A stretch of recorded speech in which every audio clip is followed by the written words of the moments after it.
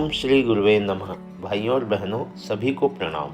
पिछले वीडियो में आपने सुना कि हमें हमारे त्यौहार परंपरागत रीति रिवाजों के साथ तो मनाने ही चाहिए, लेकिन इनके पीछे इनके मनाने के मूल उद्देश्यों पर भी हमें ध्यान देना चाहिए। जैसे जन्माष्टमी पर श्री कृष्ण के रास और प्रेम के रस गीतों के साथ श्री कृष्ण के गीता उपदेश को भी ध्यान रखकर अपने जीवन को जीना चाहिए। दीपावली पर्व को दीपक, आतिशबाजी और मिठाइयों तक सीमित न रखकर माँ लक्ष्मी स्वरूप धन का सदुपयोग करने का ध्यान हम सभी को रखना चाहिए। होली पर केवल रंग गुलाल लगाने का ही नहीं, बल्कि आपसी शत्रुता मिटाने तथा सभी से प्रेम से रहने का संदेश हम सभी को अपनाना चाहिए। इसी प्रकार अन्य त्योहारों का भी मूल संदेश हमें ध्यान में रखना चाहिए। इसी प्रकार हमारे देश में स्त्रियों के व्रतों का भी प्रचलन ज़्यादा ही है। आइए स्वाध्याय के इसी क्रम को आगे बढ़ाते हैं। व्रत अनुष्ठान के साथ साथ शुभ कार्य करने का संकल्प लेना चाहिए। यह सुनकर एक जिज्ञासु ने कहा, हे देव, हमारे देश में व्रत तथा जयंतियों की भरमार है। ये व्रत भी स्त्रियां ही अधिक रखती हैं, इसका क्या कारण है? शंका समाधान करने के लिए मुस्कुराते हुए युग ऋषि ने कहा, हे वत्स, यही प्रश्न एक बार लोकमान्य तिलक से किसी जिज्ञासु ने पूछा था। उसका उत्तर देते हुए उन्होंने जो कहा वही सुनो। यह भारत देश नर रत्नों की खान है, किंतु इसका श्रेय मात्र शक्ति को ही है। यहाँ माताएं अहोई, अष्टमी इत्यादि पर्व पर इसलिए व्रत रखती हैं कि बेटे ईश्वर भक्त, देशभक्त बने। बहनें भाइयों की सद्बुद्धि तथा दीर्घ जीवन के लिए भैया दूज पर ईश्वर से प्रार्थना करती है, तो पत्नी राम कृष्ण शिव स्वरूप पति को पाने के लिए गौरी व्रत रखती हैं। यहाँ अधिकांश स्त्रियां मृदुभाषी, सरल तथा देवी स्वरूप होती हैं, अतः पुरुष वर्ग व्रत अनुष्ठान की आवश्यकता नहीं समझते। तुमने जयंती मनाने के विषय में पूछा है, तो यह याद रखो कि जयंती के रूप में महापुरुषों को याद किया जाता है। इसका सबसे बड़ा लाभ यह है कि जन साधारण आत्मनिरीक्षण कर महापुरुषों के जीवन का अनुकरण करें, अपने को महामानव बनाने का प्रयास करें। विश्व के समस्त देशों में अधिकांश पर्व महापुरुषों की याद में मनाए जाते हैं। क्रिसमस ईसा मसीह की याद में मनाया जाता है, जिसे विश्व की अधिकांश जनता मनाती है। जापान देश के अधिकांश त्योहार महापुरुषों की स्मृति में मनाए जाते हैं, इसलिए यह छोटा सा देश देशभक्ति में सबसे आगे है। भारत देश तो महापुरुषों का देश है, अतः बुद्ध जयंती, महावीर जयंती, दयानंद जयंती आदि महापुरुषों के जन्मदिन मनाए जाते हैं। किंतु दुख की बात यह है कि इसे मनाने का ढंग भी दोषपूर्ण हो गया है। इस समय केवल बड़ी बड़ी सभाएं करके, लंबे चौड़े भाषण देकर, भीड़ इकट्ठी करके, नारे लगा लगाकर उन्हें श्रद्धांजलि देकर हम अपना कर्तव्य पूरा समझ लेते हैं, जबकि आवश्यकता इस बात की है कि हम उनके दिखाए हुए रास्ते पर चलें, उन्हीं की भांति त्यागी, परोपकारी तथा सदाचारी बनने का संकल्प लें। तभी उनके प्रति सच्ची श्रद्धांजलि दे सकेंगे।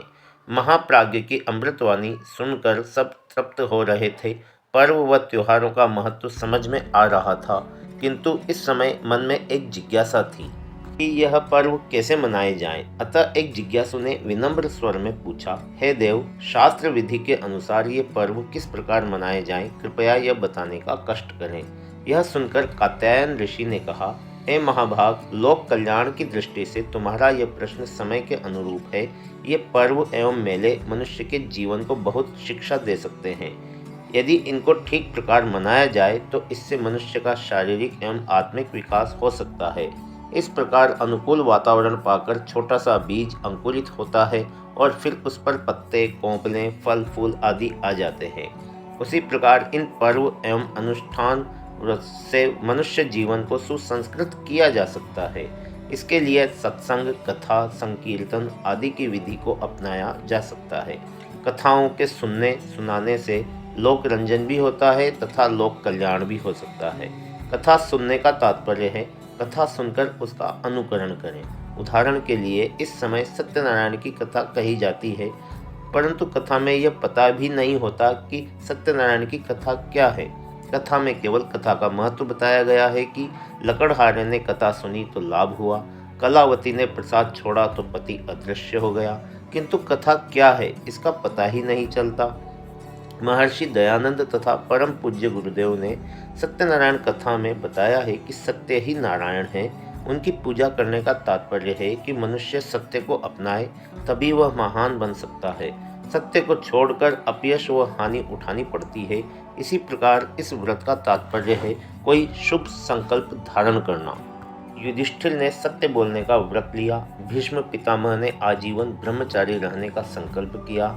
महात्मा गांधी ने इसी सत्य को अपनाने का व्रत लिया तो वे मोहनदास से विश्व वंद्य बापू बन गए। अतः व्रत करने में कोई अच्छा कार्य करने का व्रत धारण करना चाहिए।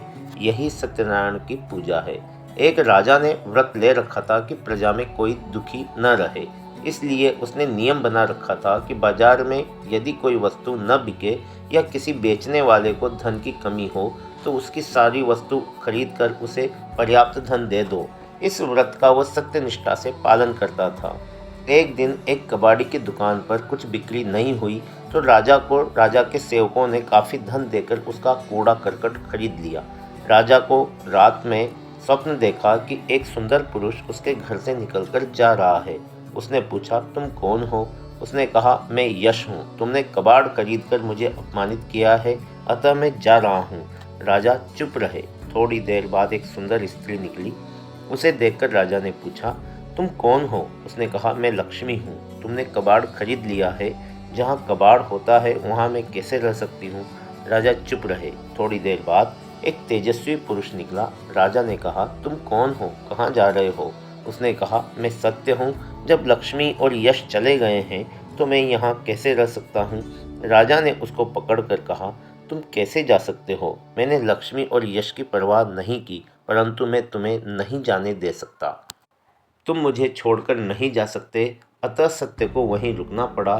थोड़ी देर बाद यश व लक्ष्मी भी वापस आ गए।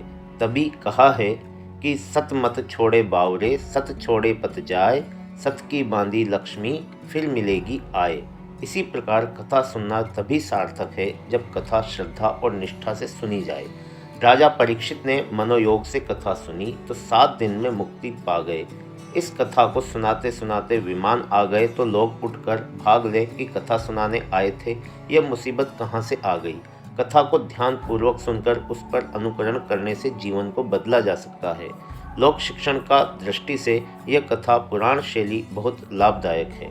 इसके अतिरिक्त त्योहारों पर तथा व्रत अनुष्ठान के पश्चात यज्ञ करने से भी सामाजिक कुरीतियों को दूर किया जा सकता है। प्राचीन काल में वातावरण को पवित्र करने के लिए, भौतिक राजनीतिक समस्याओं के समाधान के लिए राजसूय यज्ञ किए जाते थे। धार्मिक सामाजिक उन्नति के लिए वाजपेय तथा सार्वभौम राज्य की स्थापना के लिए अश्वमेध यज्ञ किए जाते थे। साधारणतया प्रत्येक व्यक्ति अपने घर में यज्ञ करता था तथा मेलों, त्योहारों तथा तीर्थों में यज्ञ किए जाते थे। इस समय गायत्री परिवार के संस्थापक आचार्य श्री राम जी ने अश्वमेधों की श्रृंखला चलाकर विश्व को आस्था संकट से मुक्त करने का प्रयास किया है।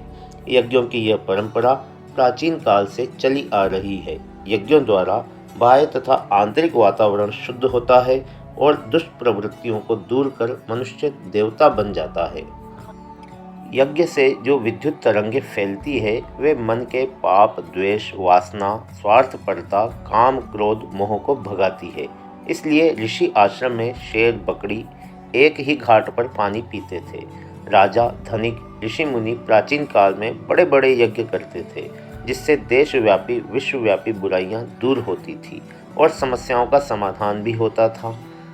आज उसी परंपरा के पुनर्जागरण की आवश्यकता है। सौभाग्य की बात है कि इस समय गायत्री परिवार, आर्य समाज तथा अन्य धार्मिक संस्थाओं द्वारा यज्ञ प्रक्रिया चल रही है। गायत्री परिवार के परिजन तो छोटे छोटे संस्कार दीप यज्ञ के द्वारा भी करा देते हैं। इस समय देव संस्कृति की पुनर्स्थापना करना युग की आवश्यकता है, जिसे प्रज्ञा पुत्रों के प्रज्ञा अभियान द्वारा यज्ञ द्वारा संपन्न किया जा रहा है।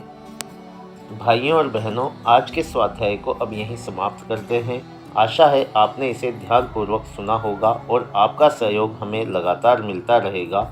इसी आशा और अपेक्षा के साथ आप सभी का बहुत बहुत धन्यवाद।